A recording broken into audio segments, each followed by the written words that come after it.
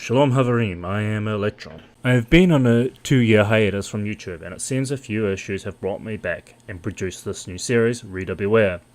In this series I'll endeavour to produce all the information and then give my take. All sources can be found in the description below. While this isn't exactly new news, an article on exclusively games was released last week, titled Blood, Poker, and Corpses No Longer Allowed in Chinese Video Games. Full disclosure, I did donate to Exclusively Games crowdfunding campaign. In the article, it opens with, last year China's video game industry went on lockdown for 9 months, then 2 months after this initial freeze was lifted, a second freeze brought new game approvals to a halt once more. The article then goes on to mention that blood, of any colour, corpses and poker are to be removed from video games, following up with mahjong and depictions of Imperial China also to be removed. Now this shouldn't be of much concern, as we have seen this before. Riot Games, owned by Chinese company Tencent, removed the cigar from splash art of the character Graves as its depiction of smoking is banned in China. Ultimately, this was quickly blown over as it didn't affect the gameplay and those who wanted the splash art could find it on the internet. Ubisoft initially removed all poker machines from its game Rainbow Six Siege to meet Chinese standards of no depiction of gambling.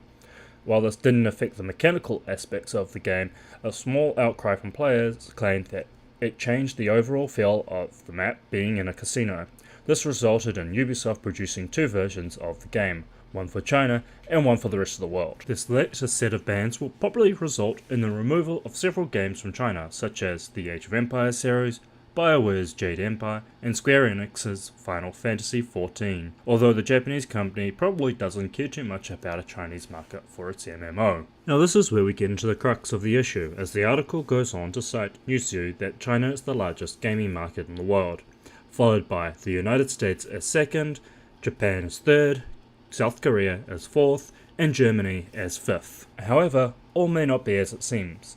When comparing the data presented by Newzoo, the United States has a larger revenue per player than China. In fact, Japan is at $284 per player, South Korea is at $193 per player, the US is at $170 per player, Germany is at $106 per player, and China is at $61 per player.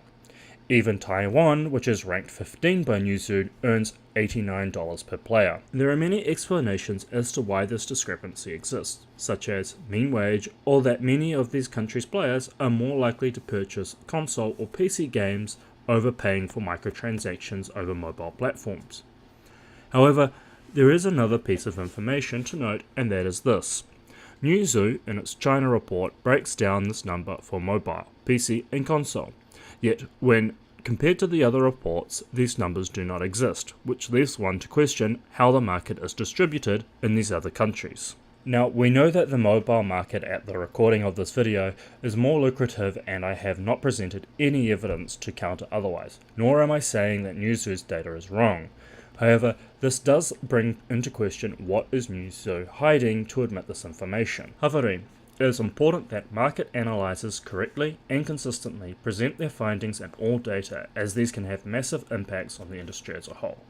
Looking at this data, a new developer may enter the industry trying to appease the Chinese gatekeeper, only to find that their PC game failed to launch due to the PC market irrelevance in China and alienating a Western or Japanese audience. I don't need to stress the importance of transparency in this case, and I'd like to see Newzoo, as well as other market analyzers, clear up its reports regarding this, and stating that the full report is behind a paywall is unacceptable, as the free access data is what most people will use. All in all, this is where I quote Mark Twain: there are 3 lies in this world: lies, damn lies, and statistics.